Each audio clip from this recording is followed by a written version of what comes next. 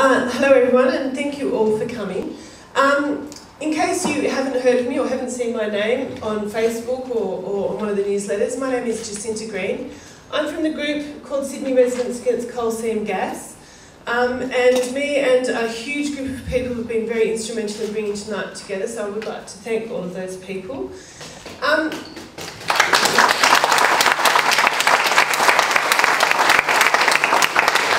I'd also like to thank Dart Energy for coming along tonight to talk to the community. It's something that we've been wanting for a long time now, and that's basically what I'm going to talk about. I'm going to talk about some of the issues that we've had so far and how it has been for us dealing with the mining company. So I'll start off just by telling you who we are. So we're local residents, and we're just looking for answers. The first time we heard about the coal seam gas mine was almost a year ago now, and all we wanted was someone from the government or someone from the mining company to come and talk to us. And that, to date, has almost been impossible. We do have members of different political parties that are involved in our group, but we have members from every single political party in our group. We're not politically aligned, we're not run by anyone but one political party, and most of the time, once we finish talking about coal seam gas, we disagree on a whole bunch of other issues, but the one thing that is uniting us is the coal seam gas issue. So I wanted to start off talking about community consultation. And this is where you come in. You are the community. We are the community that's affected by this proposal in St Peters. Now, community consultation is constantly touted by the government and the mining companies of being really, really important. And a lot of the new legislation and a lot of the press releases that come out from the government is all about community consultation. So I'd like to just give you a little brief on how community consultation has actually worked. So this is our experience with Dart. On the 13th of April, I rang Dart Energy. I am aware that several other people had tried to contact Dart before then and basically got no response. I'm not exactly sure of when they rang them, but on the 13th of April, I rang them to see if they could actually send someone down to Sydney to talk to the local community, because all we knew was that they were starting to drill in September. 2 months later, 6th of June, we finally got Dart, Robert and Jason in a meeting with a small group of residents. They only wanted to meet a small group. They were very uncomfortable about meeting the community on large. But what we did get out of that meeting was an agreement to organise community consultation. That was on the 6th of June. It took me to the 4th of July to get them to commit to a date. They picked the date. Robert said that he would be here tonight, so the fact that he thinks that it's appropriate to fly off halfway through, when he picked the date, we gave him the options, I find completely unacceptable. It's about community consultation. They had plenty of opportunity to organise the meeting, and they left all the work to us, and they picked the date. So that's what we've had so far. So they did do some of the organisation. They booked the hall. I sent them the links. I sent them the forms.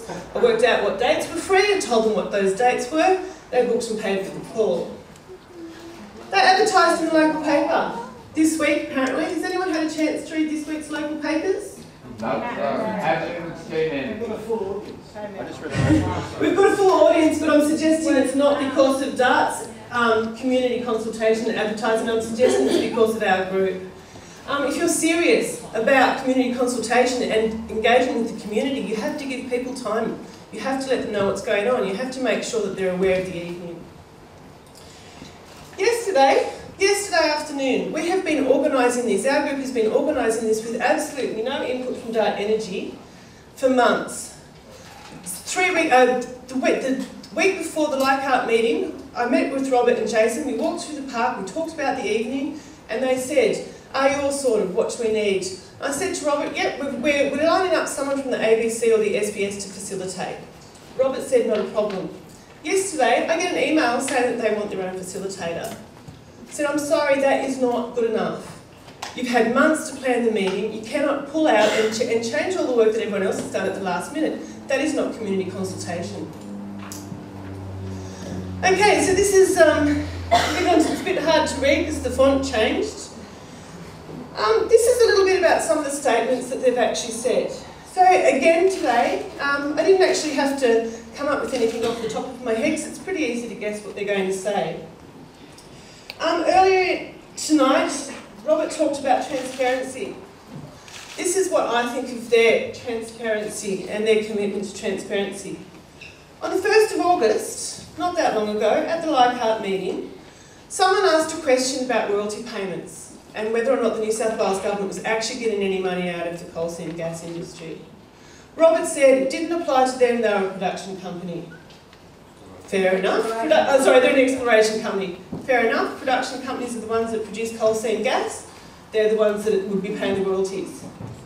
3 days later, 4th of August, ASX announcement, they're planning to move into production, and they've actually formed a partnership agreement to develop small to mid-scale power stations on top of their coal seam wells.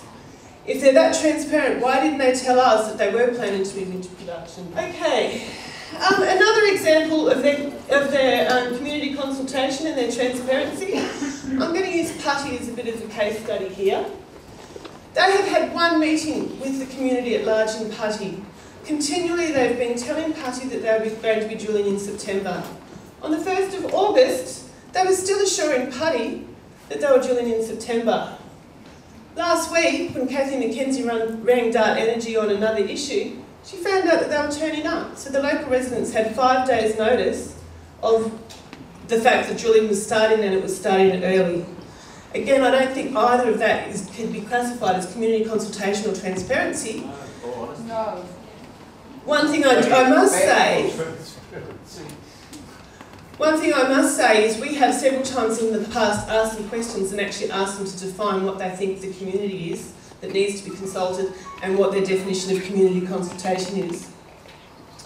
The last point on transparency that I'd like to raise is the constant theme that goes through some of their talks: it wasn't us. And this is where you hear them talking, and this is not necessarily just Dart, but we have heard it from a few different companies. It's not us. The situation in the USA is very different to the situation in Australia. Oh, the situation in Queensland is very different from the situation in New South Wales. Oh, we're a responsible company, those other companies are cowboys. The other thing that we hear quite often is St Peters is a legacy. It's a legacy from Macquarie Energy, who were owned by Apollo, who are now being taken over by Dart. Well, let's just see who exactly Dart is. Okay, see this lovely big snapshot from the newspaper? This is Arrow Energy in Queensland. Coal seam gas well blowout near Dalby that's spewing gas and water. Off Robert's Lyttelton site, prior to joining Dart Energy as country manager, Robert held the position of Chief Operating Officer at Arrow Energy. It's the same companies. Declaration, blah blah blah, Macquarie Energy, signed by Jason Needham on behalf of Macquarie Energy. This is from their REF, this is from their proposal. Dart Energy is Macquarie Energy, it is Apollo Energy, it is the same companies that have been working in Queensland.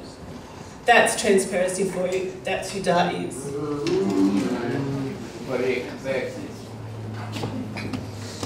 Okay, so if we can move on to the next slide. So we are pleased that they have turned up here for community consultation. One of the things they did say to us about community consultation, they were worried about having a large group of people asking questions. We suggested, we came to agreement, we said, yep, St Peters is nice and small, you can't have too many people, and they actually agreed to have several community meetings if there was enough interest. So I think they've now actually realised that there is actually enough interest in this meeting.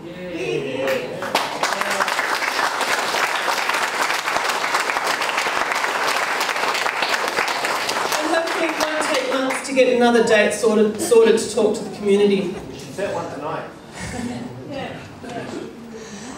So we actually have sent a list of questions to Dart. So this is my experience with Dart answering questions from the community. On the 2nd of June, I sent a list of questions to Dart.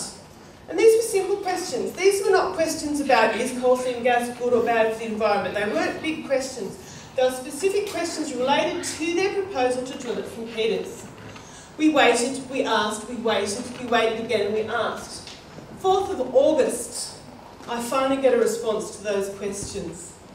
4th of August, I sent back a couple of members of our group, went through their answers and found that some of their responses a little bit lacking. We sent off a clarification of those responses. 4th of August. They knew tonight was up, still haven't got a clarification of their responses. That's how they answer questions. That's how they answer my questions anyway. They might be more forthcoming with your questions. So where do we stand? And I'll wrap up. Proposed drill date. This is what we're worried about. This is what most of us are concerned about. Every time Dart Energy speak, they tend to change their mind. When I was speaking to them a couple of weeks ago before the Leichhardt meeting, they were talking about mid-next year. When we spoke to them back in June, they were talking about September, October this year. Now they're talking about maybe not till 2013, 2014. Guess what? Their licence expires in October. They only have approval to St Peters. We will be petitioning the government not to renew their licence. If they want to...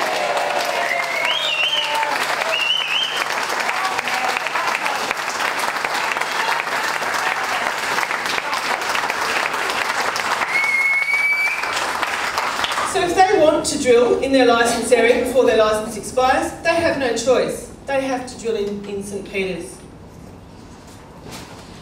So what do we want? We don't want any more rhetoric. We have repeatedly asked Dart Energy for data. We've repeatedly asked mining companies for data. We want to know what the impacts of coal seam gas are. We are sick of hearing people talk about stuff without giving us the data that show what the impacts really are.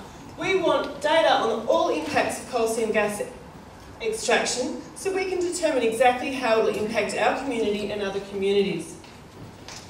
In general, and this is my last slide, our concerns on coal seam gas cover a range of issues. These are the things that we want the answers to because these are the things that really affect us. So into water, we're worried about water use. We're worried about produced water. We're worried about the Botany Aquifer. The Botany Aquifer is already under a lot of stress. It looks like we're going to be able to fix Botany Aquifer now. We don't want to stuff it anymore. Under the environment, we're worried about air pollution. We're worried about noise pollution. This is our homes. This is where we live. This is where we sleep. We're worried about the impact on Sydney Park. Sydney Park is 200 metres away from the drill site. We're worried about the impact on local wildlife. And some of us are worried about climate change. There's also a whole range of other things that we're worried about. We're worried about possible subsidence. The federal government has earmarked large-scale subsidence as a huge issue of concern with the coal seam gas industry. I'm not making this up, it's on their website. We're worried about seismic activity. If a company moves into production, if they actually complete their conditions of a petroleum exploration licence, they have to do seismic testing. It's written in their conditions. Is this really acceptable in an urban environment? We're also, some of us, also very worried about our house values. I certainly know, not happy about having the prospect of living near a gas mine. Sorry, extraction well. So in general, what our concerns as our community group are, we're concerned about our health, our quality of life and our future. Thank you.